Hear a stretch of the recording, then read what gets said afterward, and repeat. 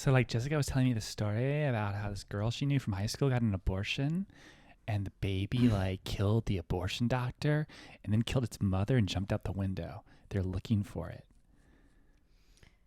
Like the FBI or something. What is this? You have to do that little snarly face at the end, the lip curl. Oh man, that'd be so good though if there was like Macaulay Culkin in that movie like The Good Son, where he just like shoots animals. He's just awful, and then like the mom has like a choice to make and ends up like letting her son Macaulay die and like saving this other kid. I don't know. Anyway, it would be cool if there was like a baby that like survived the abortion, kills the doctor, and like runs down the hall. Like it's like a very astute baby, like very like, that was like mature. That episode of the X-Files, it was like a dark circusy one, and there was like a little it was about a Indian man on a roller thing. No, it was like weird, some like sort of like little like growth growing inside of this guy's stomach, but it was like evil and it was killing people. It was really bizarre. It was the weirdest. I really liked the X-Files. I did too. I liked the one. Well, the one I was thinking of is the weird Indian man that like lives on like a rickshaw. Like he like lives inside people's stomachs, and then like he also lives on like that board thing from Trading Places. I'm trying to like a homeless person with no legs would like roll around on. Was that the one where the guy was like a reptile? No, this is different. This is like an Indian magician man that likes to live in people like white men, like boring 40-year-old white men's stomachs, and then he like. Are you sure this isn't something you're thinking of from childhood trauma or something? Dredging. I heard that like Gillian Anderson and David Duchovny hated each other. Really? Yeah. She seems like a stiff drink a little bit. She seems like she would be very like not she didn't the welcome way that his 12-inch cock. Yeah, and he probably made like multiple attempts. Like they're doing like an X-Files episode in Paris, and he brings in like breakfast, and there's like bacon, and then he opens this tray and it's just like, would you like some summer sausage? And then she like it's his dick, and then she stabs it with a fork, and he gets really upset. It's like, this is a joke. She's like, funny joke. And he's like, I don't know if I like this bitch. And he was like that. I think it might have been. What guy hasn't done that before? What guy, like when you're in a relationship with your girlfriend is long term, when haven't you like cut a hole in the popcorn or some shit like that? Like, because it's your girlfriend. It's not rape. It's not sexual assault when it's your girlfriend. Like that's, I don't mean like raping your wife, and that's not rape. I mean like doing stupid shit like that. That's fun. That's fun. I don't know. You know, I mean, that's, yeah. She's sexy as fuck. I used to, like, we have a no fat policy here at the WA show, but kidding. But she was in this fishnet. Oh my god, there was a weird era in the 90s, maybe the early 2000s, where fishnets were like in like magazines for like B-list celebrities was like a normal thing. Like you could see, I think I saw Tiffany Amber Thiessen in fishnets, like gorgeous, like this. Pause it and get the cum out of your throat. and who else I saw? Yeah, I saw Gillian Anderson. Oh no, Premiere Magazine, 1997. I'm pulling this right out of my hat. Gillian Anderson is on the cover of Premiere, and her she's wearing a jean jacket, and it like you can see each side of her tits. No, wait, that was Meg Ryan. I apologize. Meg Ryan before the plastic surgery botch. Excellent move. Gillian Anderson did another thing that I thought was hot with fishnets. I just can't picture it in my head right now. Well, she was in very sultry. Recently that show The Fall, which is a great show. That's about like serial killers or something? Yeah. In Ireland, and she comes over and is like the they never wanted her to come, and she's the but she's very like, she wears like these scantily clad outfits, and she has sex with younger detectives and cops in the show. It's very hot. Did you watch the new Ricky Gervais Stand up? Yeah. No, I haven't seen it yet. I watched some of it, and then I end up watching it when I want to go to bed, which is terrible. Yeah. So I've gotten through like 20 minutes of it, and it's very good. It's Really? better than Dave Chappelle's special. Really? Oh yeah, it's way better than the first 20 minutes is, at least. The first 20 minutes that I watched is better than anything Dave Chappelle said on his last special. Like, who knows? Maybe it bombs and it all goes downhill, but it's good. It's good. hit in a different way. I mean, I think Dave Chappelle has earned the right to do lax specials at this point in different, sort of flex his. I think he was comedic trying styles. to balance his genre of comedy with the allegations against him previously about being transphobic and trying to bring them in. And it just, to me, it's like, it's very forced. Like the best parts of that show were his like transphobic stuff and his comedy like about that. But it's like, I feel like, I don't know, like Ricky Gervais really doesn't care. And you do have to be careful about being typecasted. Like you're the guy that just talks about woke is dumb, but he doesn't. It's good. It's a good special. Like I think most stand-up comedy is terrible, and it's like sold to you like it's a product. Like they sell it to where a C special is like makes like A money. Yeah. Like they do. They're really good. They are really good at that.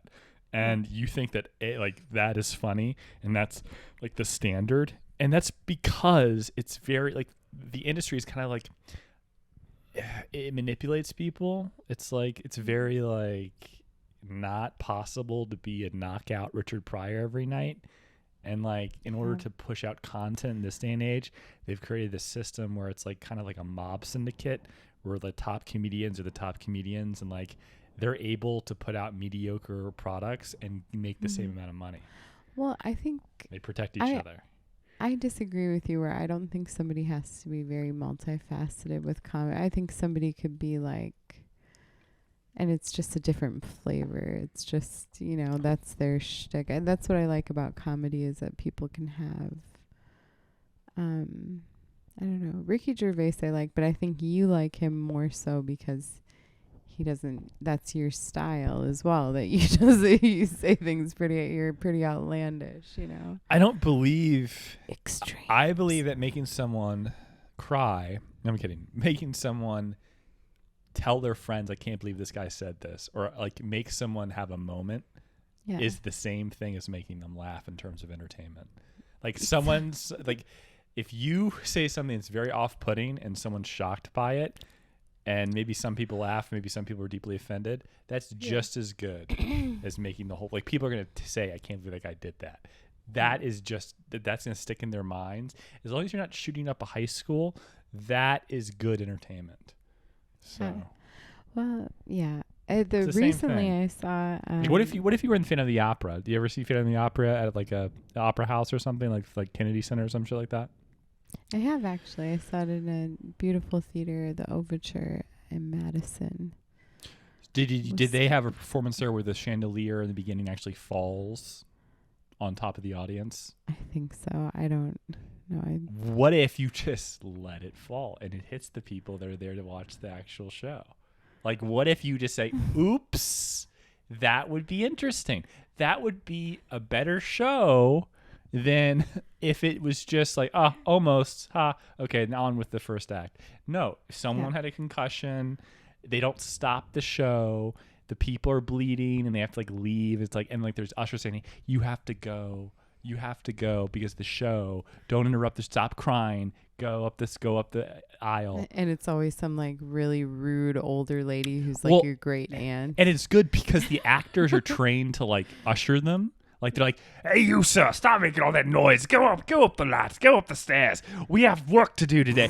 And so that's just whatever. I don't almost did your southern accent in the beginning. Now listen here. That was more of my Les Miserables. I think that was more appropriate for Les Miserables. Yeah, that was a little too. That's what like. Let your mind, excuse me, sir.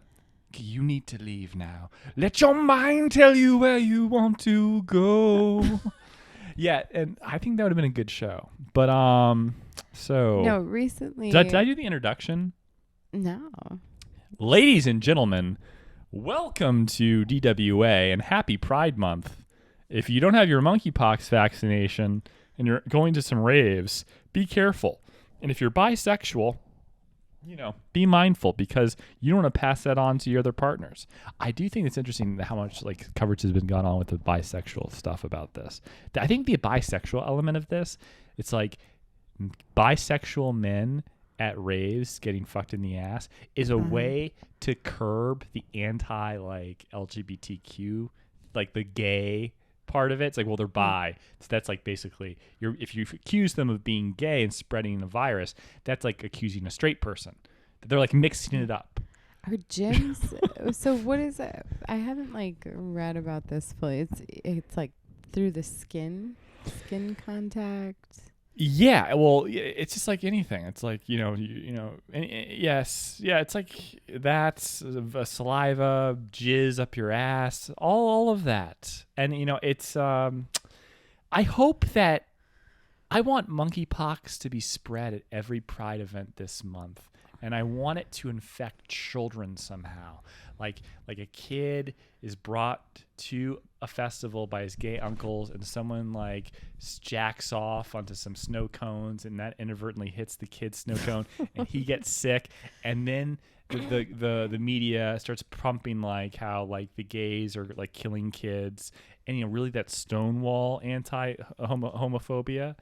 I want that because homophobia recently has been like boring. It's like been like fake. I want real homophobia. I want like real homophobia, real anti-gay, homophobic propaganda.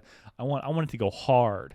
I want the Stonewall gays to be back, and that was when it was good. I want people to like be like cheating on their wives with a guy named like Frederick in like a speakeasy, and like he fucking loves it. I want that's when it was good.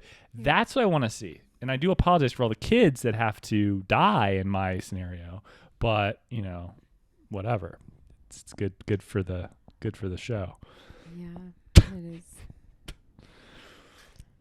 Right. So, what else is going on? Monkeypox. Well, the HIV and AIDS crisis. That's a lot of people are concerned about the vilification of the LGBT community. I think. Speaking of gay, actually, I think. The Tulsa shooter, the one at the hospital, he shot the doctors that gave him bad back pain, but then they're lumping this in with other mass shootings at the schools recently, like Olvada, Texas. How do you say it? Uvalde. Very hard. That's a difficult one. I think it's Uvalde. I think the guy that like a doctor did like a botched surgery. Now he has chronic back pain and he's elected not to take oxy and just become a heroin addict. Good for him taking the initiative.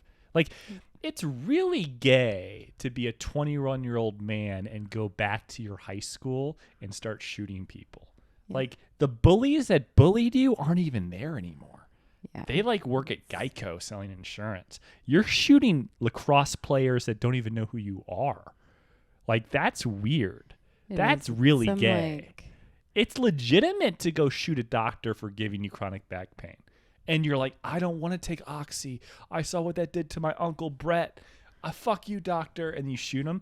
That is like taking some matters into your own hands a little bit. I actually like sympathize with the guy a little bit.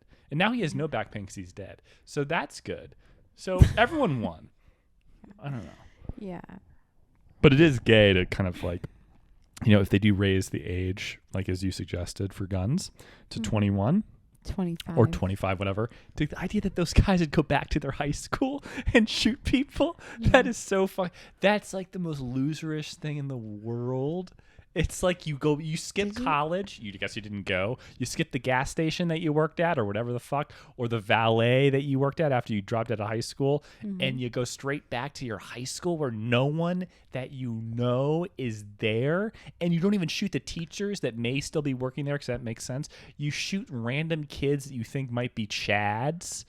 Yeah. Like, oh, you look like you have a big 8-inch dick. What's gayer than that? You look like the guy that's gonna fuck the girl that I always wanted, but wouldn't, date me because my feet smelled really bad because I never wore socks in high school.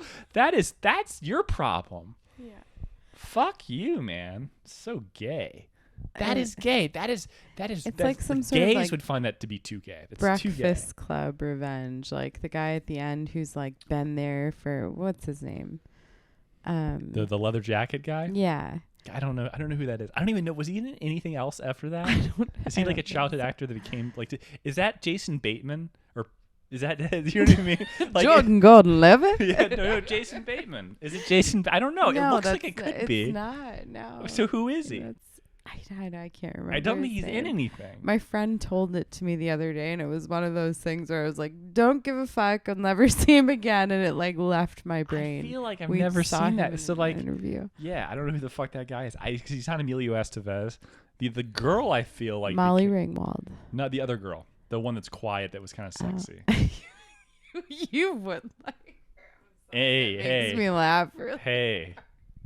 Whoever the quiet ones that the sex appeal, the goth girls. All the chads like the goth girls.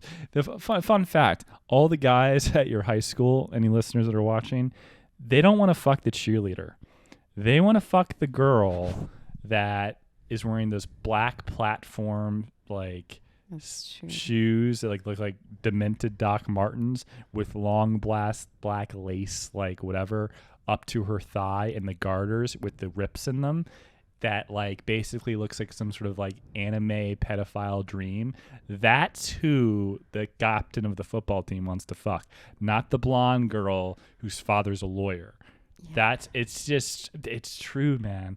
And it is, but I can only imagine that your school was like some cruel intentions. Like, yeah, we spoke in Shakespearean language, and I drove a 1964 Jaguar Roadster. Yeah, that's what it was like.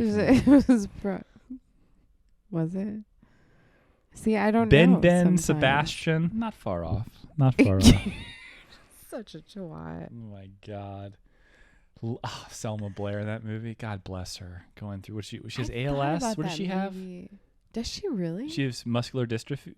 She has MS. Oh. Yeah. Oh my God, I didn't know that. She was all over the place in the 90s. I just thought about Cruel Intentions because I heard that song Bittersweet Symphony the other day, which I like. It's like a guilty pleasure song where I'll like roll up the windows but turn it up. But I think of like the ending. That's the bum bum. We should watch that. Somehow, I had a big crush on Selma Blair in that movie, and now that I know she has MS, it's like I'm even more turned on in a weird way. I have to analyze this one. I'll talk to someone. You didn't about like this. Sarah Michelle? I guess you wouldn't. Not like my blonde. thing, man. No? Again, more of the cheerleader. I do appreciate that she had the necklace where she did the cocaine, but she's just. There's certain people like Jennifer Aniston never found her attractive. Very blah. You were a J. Love Hewitt though. I probably like Jennifer Love Hewitt, but not because she had those giant tits. There's just something like the innocence and this dark sensual sexuality. A Nev Campbell guy, that's me. Especially in Wild Things. I loved her IQ and her manipulation. I liked Cox. Huh? Who? Courtney Cox. Love Courtney Cox. That was my favorite friend of the Friends. Jessica Alba, Dark Angel, a little bit. I was never really into like movie stars or like I was always into like models. God, Andrew. I just didn't see like what I see with like actresses are these people that are severely demented. Extremes. No, I don't like women that are overly calculating and careerists, and that's basically what actresses are. They are very manipulative, psychotic people that want attention. So basically, to be attracted to them, you have to be attracted to a high maintenance, type A sociopath. I like the girl that isn't high maintenance and obsessed with herself, that maybe is an artist, that is quiet and like introverted and talented, but maybe her uncle molested her and that's horrible, and she's really into like daddy issue stuff, and like she's loved best in bed you've ever had, and she's I don't know, she just develops all the things that you like to do. She just ends up adopting them as what she likes to do, which just saves everyone a lot of frustration. That type of person. It's a thing where you ultimately never feel alone. I could see that. No, I'm kind of kidding, but also one of my favorite people is kind of like that. So I'm just, I'm not saying I would try to copy that in someone else, but I don't like for example, the girl that is the rich girls, like the beautiful girl whose family is wealthy and she's really well balanced, mildly calculating, career driven. I'm not really attracted to women that are obsessed with their career. Yeah. I'm not attracted to women that are like balanced people, because quite frankly, balanced people are boring. Yeah, that's boring for you is gotta. And if I'm mentally ill, I don't think that that just doesn't compute. Like, I obviously need someone else who's mentally ill in a different way. Yeah. So that's just not going to work for me. This is not an objective truth. It's just for me. You gotta like. I don't know. You got to still have your baby teeth from like when you were a child, and you think about like, I don't know, like making a little like hut out of them or something. I don't know. There's this little like psychological game. I think I did play this with you one day, and it's not Boggle. Really a game. No, it's not. You're like Scrabble. I don't know what you call it, but game. you basically make it seem like it's this. Like, you have somebody imagine Hannibal. a desert, and it's like just like a psychological meditation / like talk therapy that you do with them. I wonder if we could do it right now. Can we do it? I don't understand. What are you talking about? I don't even know what you're saying. All right, so imagine that you're in the desert. No problem. In this desert. Yeah. You see the sun. Now, where is the sun from your viewpoint, and what does it look like? It's crepuscular twilight. The sun is setting. There's shadows cast over the desert landscape. Rewind. It's twilight. Crepuscular? Yes, crepuscular. Okay, I've literally never heard. Does that mean it doesn't exist, or that you're retarded? No, it's funny that you fire some things off sometimes, because twilight, it's like you're in crepuscular. a tweed jacket. It's pretty. It's dusk or dawn. So, but it's the sun is setting, and I start to see the shadows cast over the small hills about like 5-10 miles away across the desert landscape. I'm sitting Indian style.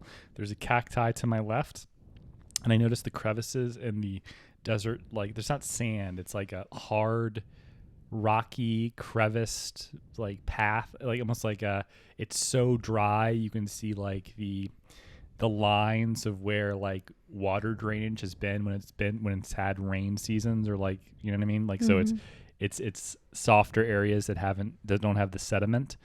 And I'm looking over the horizon, sort of speak, and I see like mosaics, or like, what do you call it? The mirages. Yeah. And it's like, it's hard to determine whether I'm dying or I'm just thirsty or I've already died. Okay, now in this desert, that's beautiful, by the way. Thanks. In this desert, you see a cube. Now, where's No, the I don't cube? see a cube. Come on, Andrew. I see a cube. Okay. Yeah. What is this cube? Where is it? And God, what is the word I'm trying to think of? You got me all like. I have it in my head. With it. In where is the cube in blank to you? What the fuck am I? It's thinking? approaching me. Do you want me to tell you what happens with the cube in me? Sure. Well, first describe visually. Take us on a journey. The cube is with not transparent. Like. It's like a kind of, what's the word? It's semi-transparent, It's almost like the lights of your car when they get old, and like they kind of look like they're like fogged, and you have to like clean it. So there's like you can see the light bulb of your car, but it also parts of it's foggy. Yeah. So it's like that. It's also the cube is not flat on its sides. It's kind of rounded and convex. Yeah. And there's a woman inside of it. Well, I don't know that she's a woman yet, but she's wearing like a helmet. I love how elaborate this is with you. And want me to tell you what happens? She's wearing or a do you want to helmet? ask? Do you want to add something? Are you giving me like little plots? To No, some this is movies exactly you've what I seen? thought of Okay. when you mentioned the cube. The first Okay. thing that came in my head. Good. I like playing this And then with you. Do you want to Yes. Continue. Sorry. It lands but doesn't actually touch the ground, so it hovers, but it's like landed. It doesn't. I guess it has some sort of, I don't know. It just doesn't. I noticed that. When it stops and gets close to me, it's not actually touching the ground. And then this person exits it in a weird way, almost like the walls of the convex walls were not actually solid, and they're wearing a silver suit from head to toe, except the boots they're wearing look like they're white, and it's like odd. And she's wearing a biker helmet that looks very like Japanese crotch rocket type, you know. And she doesn't do anything but take off the helmet and shake her hair. And the first thing I think about is like Fifth Element, like perfect being, like this perfect. And I know instantly, like there's a thought that comes into my head that she's like a spiritual, like there's these. So it's interesting.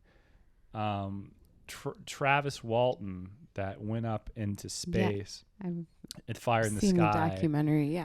He says that when he had a freak out when he was on the operating table with aliens, they left, and then this angelic, gorgeous woman came in.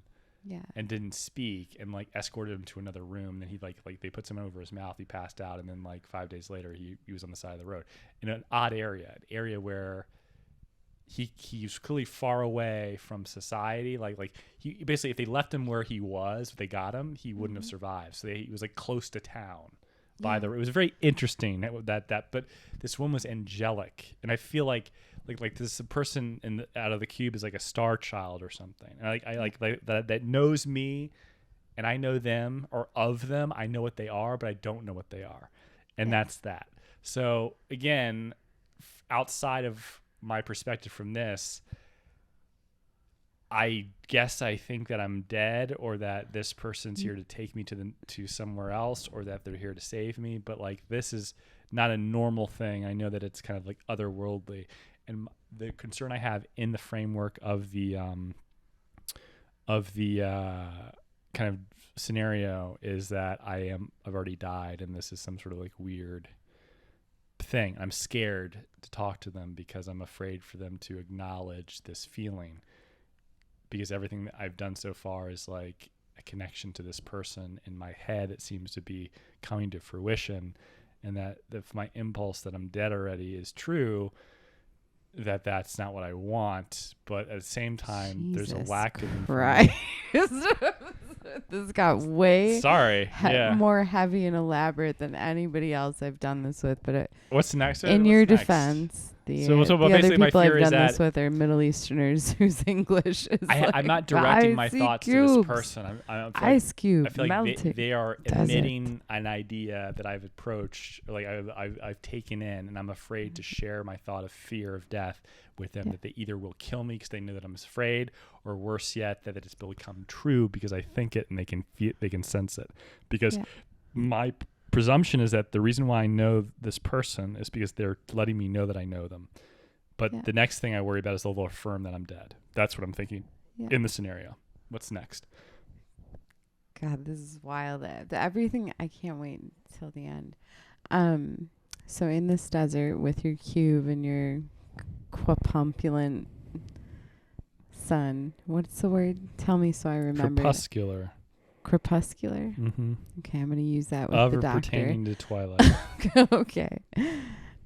I'm seriously taking some of your best words and like laying them on people, and I get so proud of myself sometimes. Mm-hmm. You're like my little encyclopedia friend.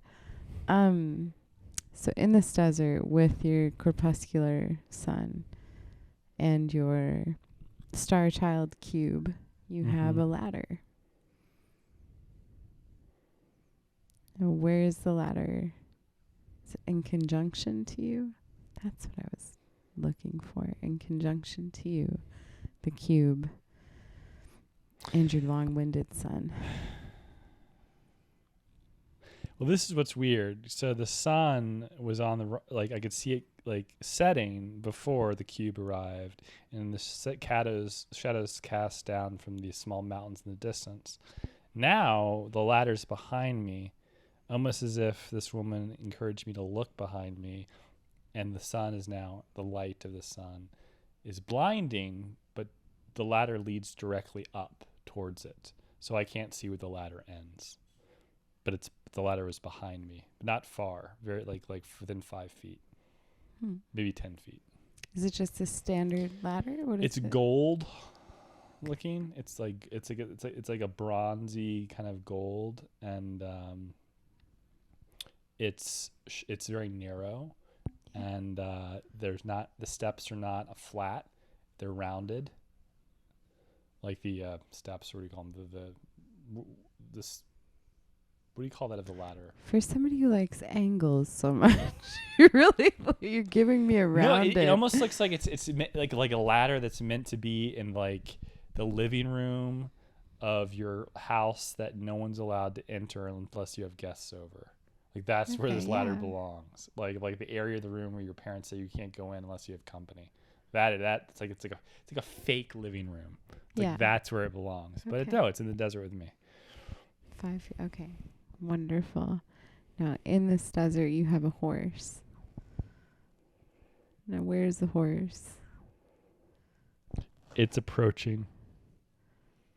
Okay. What does it look like? It's white. It's a Lippinzahner stallion.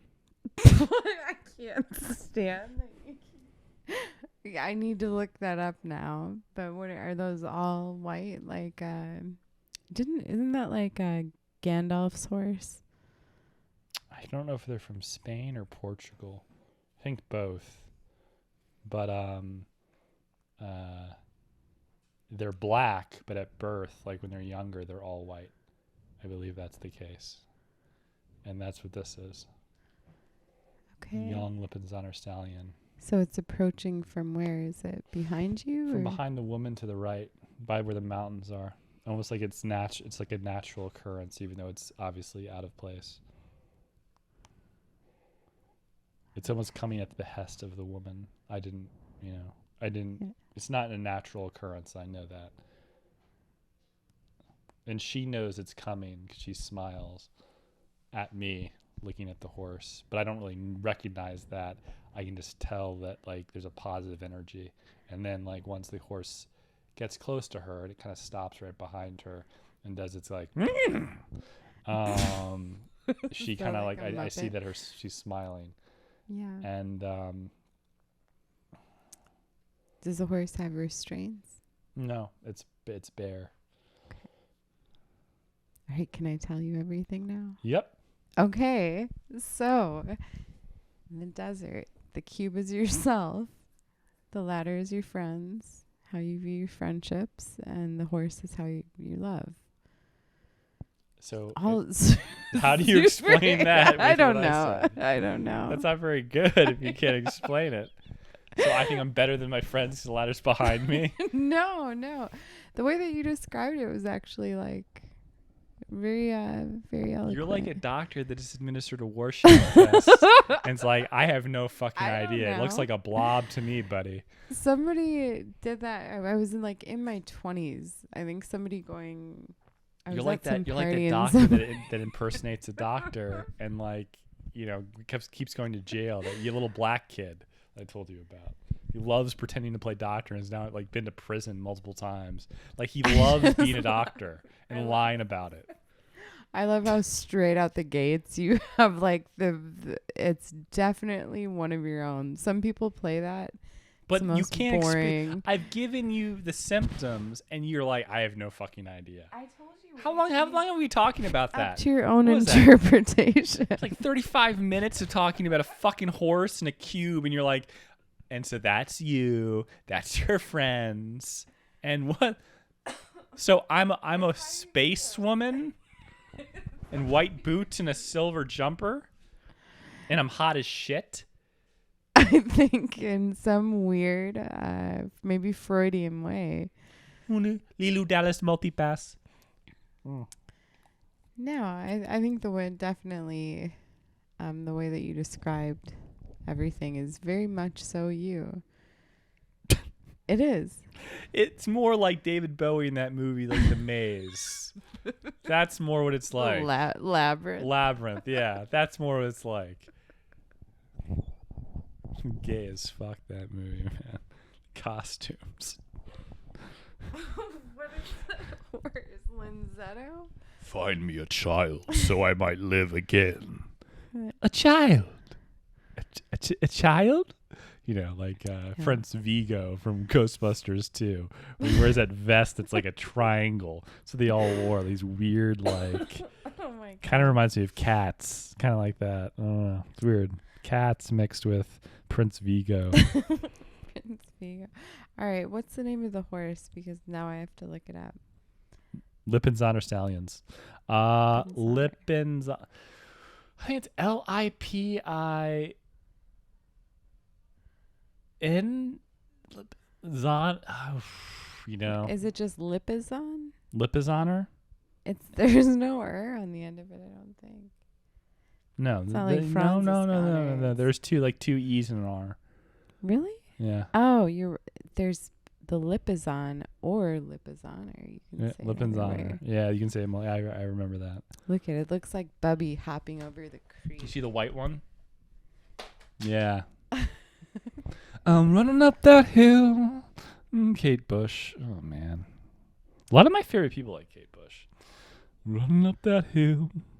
Running the sides. I swear, I need to look up what that test means because I do it Yeah, to people. because you wasted the fucking listener's time. I mean, Jesus Christ, man. Just, it's fun though. I remember once my friend told me a mathematical puzzle, and then he was like wrong, and I was like, "What are you doing? like you're a retard." Kyle Rittenhouse is now attending Blinn College after Texas A&M says he's not a student. Meanwhile, crisis actor and progenitor of the Iron Fist, David Hogg, is at Harvard University. They both have identical SAT scores. I've been doing the test wrong the whole time. Sorry, I just looked it up. I'm supposed to ask about a flower. It's a personality test that can reveal about your inner self. But you don't know what the flower cube. means. You should have you should have gone to school for this test. You administered it incorrectly. What have I done to your psyche? Nothing. I just feel bad for our listeners.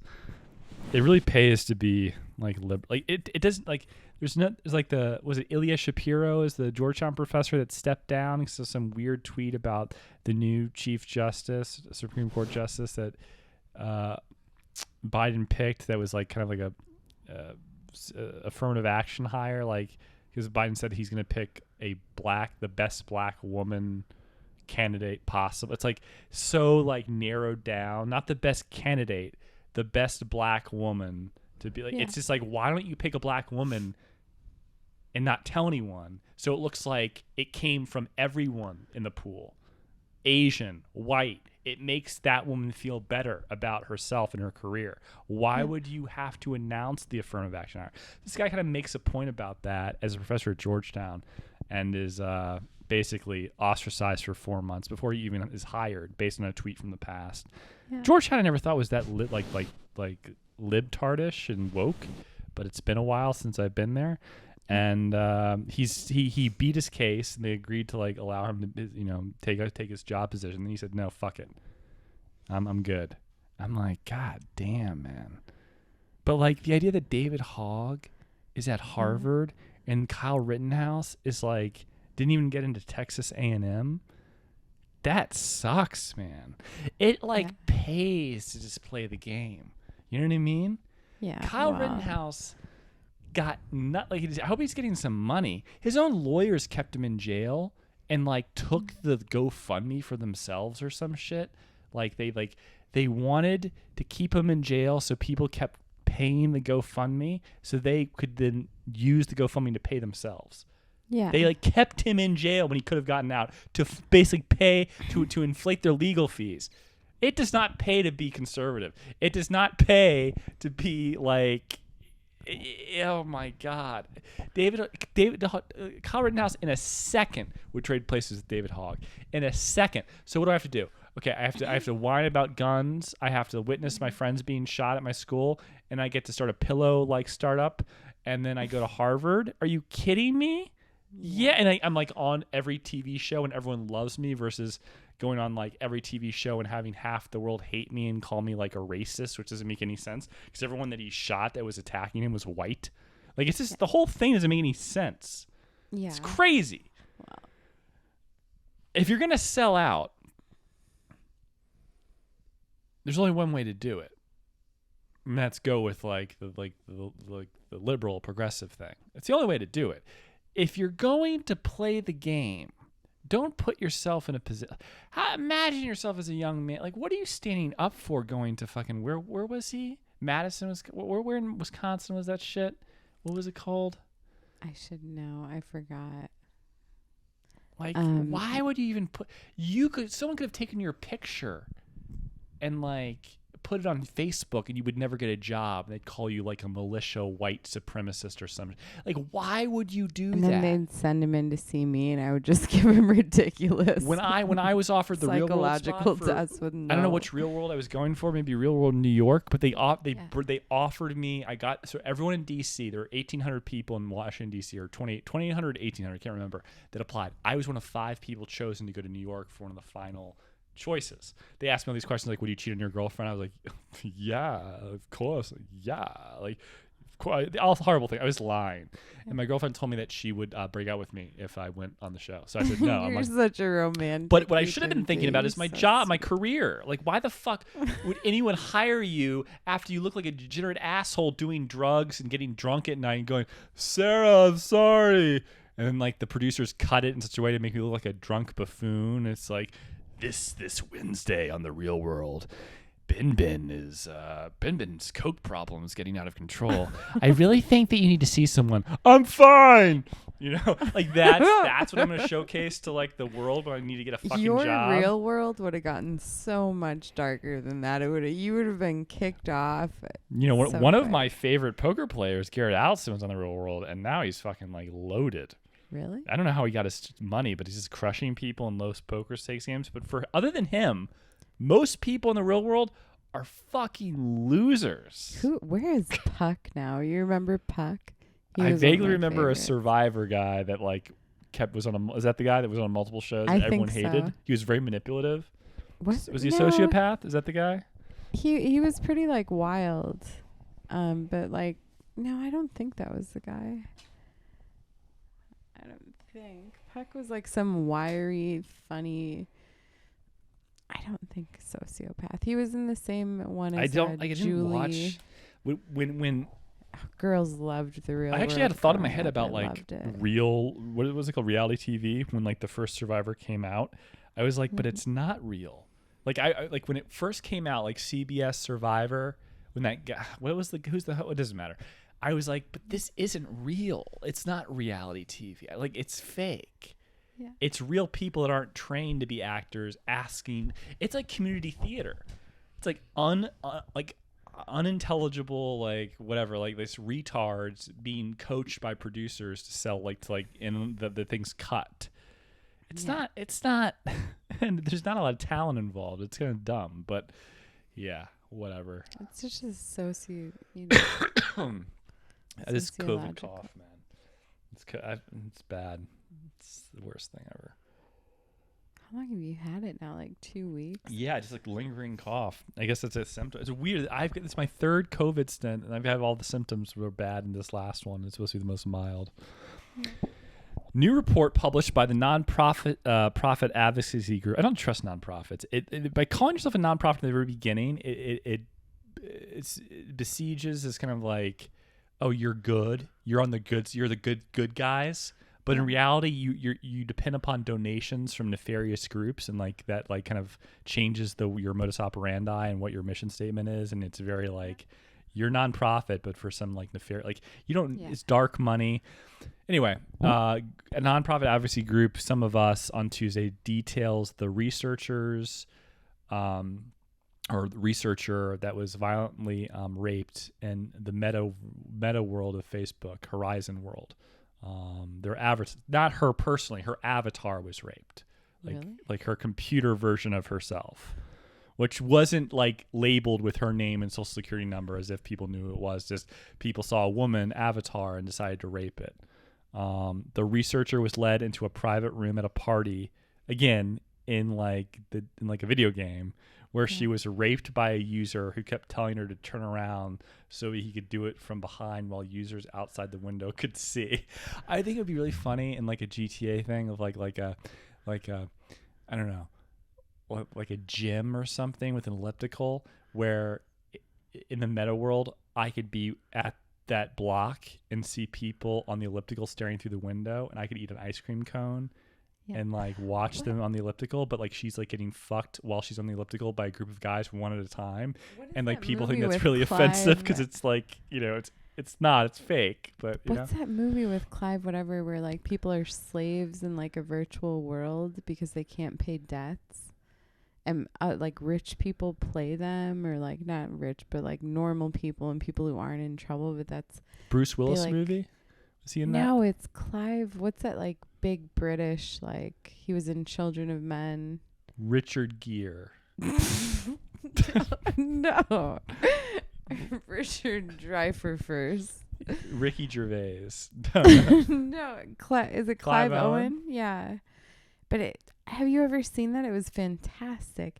And he rescues his wife from being, she ends up like trying to pay off debt by being like a sex toy on these video games, and like it shows this like huge guy who plays her character. I think there's going to be something that comes out in like a few years. There's going to be a woman that is worth $100 million or more from like being a sex worker online. Like there is going to be something like that, or a syndicate of something like that with a group of girls that have like a monopoly that's not clear because it's not registered in like the ways that, you know, equities are registered here, SEC, FTC regulate. There's the commissions for are much more opaque. It's like a conglomerate of cam girls and other shit, and like their like enterprise will be worth like 500 million or something like that. Some crazy shit. And they did it by like cross branding with each other and like going on each other's channels, and like they just like decided we're just going to cut out everyone else and be like the shit. That would be really, really cool. She apparently people watched her get raped from outside the window. Her avatar, again, not like a cartoon version of her, not like a real woman. You know what I mean? All while another user, like a Lego, all while another user in the room watched and passed around a vodka bottle. Even though it happened in virtual reality, the incident left the researcher, quote unquote, disoriented, said the report. The researcher noted her controller vibrated when the male avatars touched her, resulting in a physical sensation that was a result of what she was experiencing online. Yeah, but like in a first-person shooter, the joystick vibrates when someone like cuts your head off. Is that supposed to offend you? Like, I don't really... Yeah, I'm just saying, like, people rape prostitutes and stuff in GTA, don't they? Like, they kill them. And then the controller vibrates, just as it would in, like, a stupid game like BioShock or Star Fox or something with a Nintendo 64. Just, like, I don't know. It seems like, what is the reason for this group, this some of us research group? Like, who hired them to do this? And why does it matter? And how can you prove this wasn't staged by a competitor? And like, who gives a fuck? And like, how would you not think base instincts in a world where everyone's anonymous wouldn't come to fruition? You know what I mean? Like what? Yeah. Like why do you think Facebook condones this, or they're supposed to censor this, or it's an encouragement of censorship? So they bring up this sort of idea of government moderation in these virtual worlds and how that needs to happen. And I'm like, Jesus Christ, man. So what does that mean? Yeah. Like if I got raped, if my avatar was like a pony and my pony got raped by Mr. Smithers, who is someone else's avatar, and like another thing that I could sue them in the real world for rape and they can go to jail in real life. Like what is the goal? What is the moderation? Yeah, Like it's like, who cares? There'll be a lot of like 12, 13-year-old boys, probably a little bit younger Yeah, now. horny as fuck, going to prison. Like, all these little horny fuck, like they fuck mailboxes and stuff like that. But the mailbox turns out to be like our postmaster general. They didn't know that, so they were fucking the mailbox, and he's really just our postmaster general playing in like the metaverse. And it's like, oh shit, I'm sorry, but the kid now gets his Princeton scholarship rescinded for lacrosse, and he has to go back to like, I don't know, some sort of like JUCO school. Little does he know that some 25-year-old that finally got his right to buy a gun ends up going back to that JUCO school and shoots him because he looks like just like one of the Chads that bothered him when he was 6 years ago when he entered that school. You know what I'm saying? The whole thing goes full circle. Whole thing goes full circle and people's lives get ruined. This whole idea of like control, like the real world, people, like it's a vicious world. This is fake. People get raped, murdered, killed every day. There's mass shootings every day. And like you want to control rape in a video game, but you didn't give a fuck about like murder and genocide and all the other video games. It's fake. I found the video game name. It has Gerard Butler, not Clive Owen. I mix those two up a lot. Ready Player One? Gamer. Have you ever seen that? I didn't see Gamer. Oh, it was so good. Seriously, it was. I don't know that I trust that. I don't know. I don't know if I can believe you. I want to see the new David Cronenberg movie. I really want to see. When is that? Is that out now? Really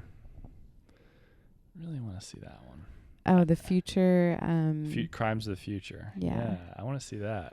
That's a lot of body horror. You would like get into body horror. No, I get into David Cronenberg. I like David Cronenberg. I like that he likes Viggo Mortensen. He uses him in like I watched. You know what's hilarious? On the Red Scare podcast, this is hilarious. The last movie I've watched was History of Violence because of the David Cronenberg thing. Guess what Anna watched? History of Violence because of it. Yeah, and she said it on the show. But they still haven't picked me to do a fucking like love line call-in, which is annoying as fuck because I give good questions and ask very interesting fucked up erotic things about like hedonistic thresholds, and they haven't used any one of them. Some kind of list of theirs.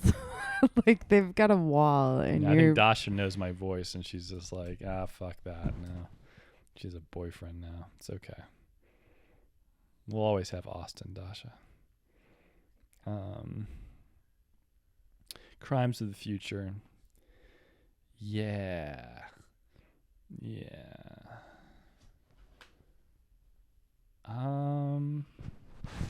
Is this out now?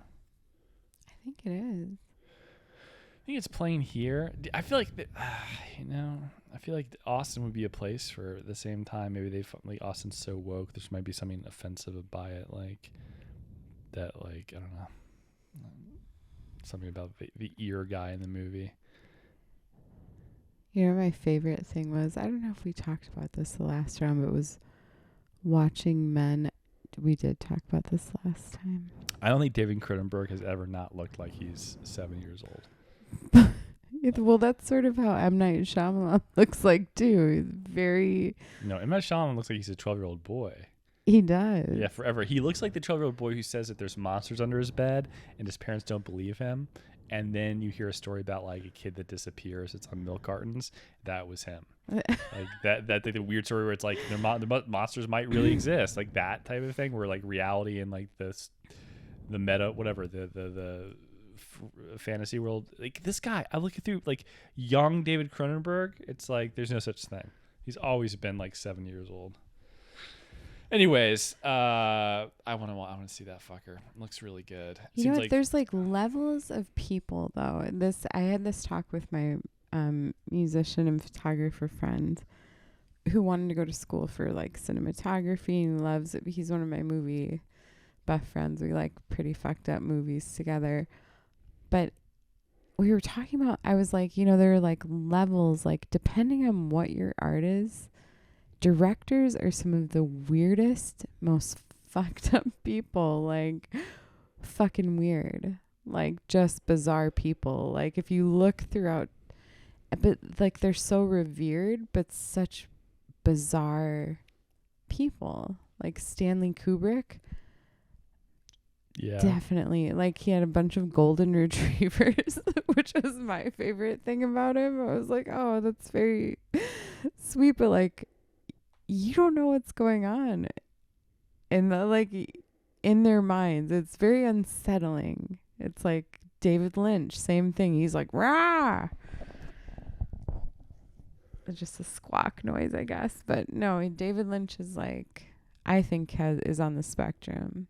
Maybe that's it. Maybe a lot of people are on the spectrum who choose to direct. It was available yesterday at 12 a.m. There's an 11 p.m. showing tonight at Draft House. Are you gonna go? And there's tons of tickets available. Hold on. Today, yeah. Lakeline. I don't know. I'd rather go to Lakeline. Lakeline's not. No, South Lamar though has an 11 p.m. I feel like this is the type of movie that like. Oh, there are some legitimate artsy people. Like most people. Interesting that no one would want to see this film. Maybe. It is a Monday. I don't know. People get. Yeah, I guess you're right. I feel like I'm shocked that there are actually two people got the best seats. The second row for. Actually, I don't think they picked the best seats. The people that have all the options they want in the world, and they pick like the first row right. like you know what I mean? Like they love to be like they want their neck to be like. They want to just look straight up. That's their like jam. They're on a Six Flags roller coaster. Yeah, that's exactly what it is. Like it's an experience. Like they watch a David Cronenberg movie like this, which is like a cerebral, but they watch it like it's the new Spider-Man. But like something about being in the first, it's like why the fuck would you want to? If I can't get seats like for a movie, and it's like I have to sit like in front of where they put the people in the wheelchairs, I just won't go. Like the idea that you pick the shittiest seats and like you're like, well, I really want to see this movie. Pick a different time. Go to dinner. Go see another movie. Go like have car sex or something. And like to do some blow. Anything's better than like sitting in a movie theater for an hour and a half, like looking at an angle with your neck straight up. Yeah. Fucking nuts.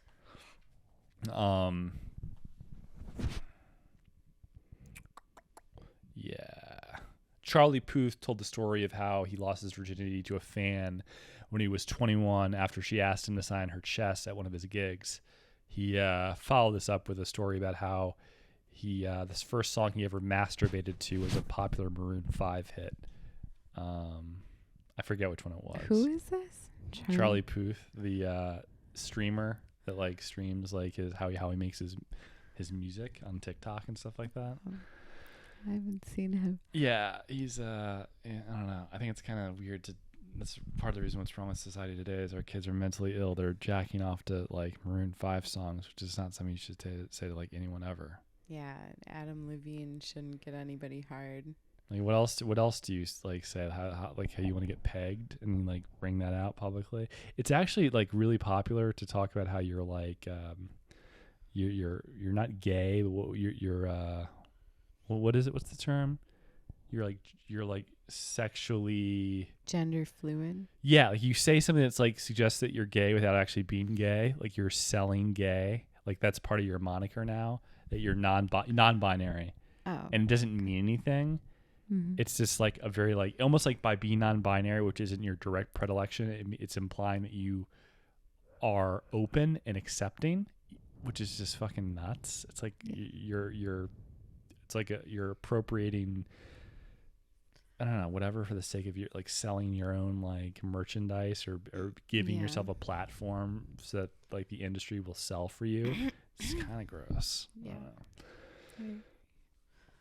A U.S. court on Monday issued warrants for the seizure of 2 luxury planes owned by Russian billionaire Roman Abramovich under U.S. measures imposed after Russia's invasion of Ukraine. But the U.S.'s likelihood of gaining control of the aircraft worth nearly $400 million, G650 and a 787 Dreamliner, it's not certain. The planes were made in the United States, and the flights took place after export restrictions went into effect. Abramovich, therefore, as a Russian national, would need a license to fly the American-made planes to Russia because they're American. It's like that's the craziest thing I've ever heard in my life. It's like, can he drive his Ford Bronco like across like a border into Russia? That's it's just like what the fuck's the problem? Yeah. But yeah, the amount of anti-Russian sentiment is kind of disgusting. I like the idea that Wimbledon's banning Russian people is like the same thing as saying like, oh, we're not gonna allow any black people to play tennis here either because of their traitorous support of the colonies. My favorite opera singer. Yeah, it's gross. The Met. The whole thing is gross. I think it's absolutely gross. But I agree. I'm freaked out that this podcast is 35 minutes of me talking about the fucking desert with no punchline. I found the answers. I actually wasn't far off. The flower thing was stupid. Okay. The flower thing I didn't like anyway, so I'm not sad. It's redundant. It was the same thing that the ladder thing meant. The flowers were supposed to be your family and friends, but so was the ladder. Friends, so. Anyway. So the cube. Let's see. Oh, the surroundings are. So your desert represents your mind. Its size is a representation of your knowledge of the world. I didn't really ask you that. And how vast your personality is. The condition of the field or desert is what your personality looks like at first glance. So what did you say about it? Like the crevices from the... So the the crevices are like where the water, like there's been previous rains, and so it's broken up the dry landscape into like kind of like I don't know, tributaries of just like where the rain seeps in to nourish the desert. Tributaries of the sky, I guess. Yeah. All right, so the cube represents you, like I thought. The size of the cube is your ego. The surface of the cube represents what is visibly observable about your personality. Or maybe it is what you want others to think about you. That I'm convex. The extremes. The texture of the cube, smooth, rough, bumpy, represents your nature. Smooth. Do you want to go see this movie in South Lamar? Sure, why not? So if your cube is smooth, you are a gentle person who takes care not to hurt others or make them feel uncomfortable. Uh-huh. If it was clear, let's see. A cube with a transparent surface means you tend to let others know how you feel on the inside. You are confident enough to show your inner thoughts. And you are deeply sincere. You know what you are good. What is a convex cube? You know that you are good inside, and guess what? It shows. That's what most people see. What does it say about the space alien girl in the cube? A hollow cube means that you are primarily concerned with your outside appearance. Well, I don't have a hollow cube. I have a space child in my cube. I had the Fifth Element. With far less care for what's going on within. However, this does not mean that you have nothing to offer on the inside. So it's weird because a lot of your answers have like a double, like there's two sides to that and the one before. Let's see what the ladder. The ladder represents What about the Star Child? My cube was very unique. It had someone in it. I know. They don't talk about that. I don't think they're going to be talking about it in Yeah, like med psychological schools for years. Okay, the ladder represents two different aspects of your life, your goals and your friendships. So if the ladder is near you, you are putting maximum effort and focus into achieving your goals. So maybe you feel like your goals are just behind you. The location and material of your ladder can also tell you how close you are with your friends. The closer the ladder is to the cube and the stronger the ladder is, the better it is for your friendships. So if the material is strong, stronger the bond, you have strong friendships. So it was gold or bronze. It was very narrow and like unclear how high it goes. When you keep it in like a special place in that labyrinth house in your mind. It's 10 feet behind me, going up directly to the sun that has now moved after the star child left or entered, came down. So none of these like explanations really have anything to do with what I said. You know what I mean? If you think about it, it's very contradictory. You would take it to like a next. No, I mean, like, I'm being honest. I think, like, objectively, the what it says about what it's supposed to be isn't really applicable.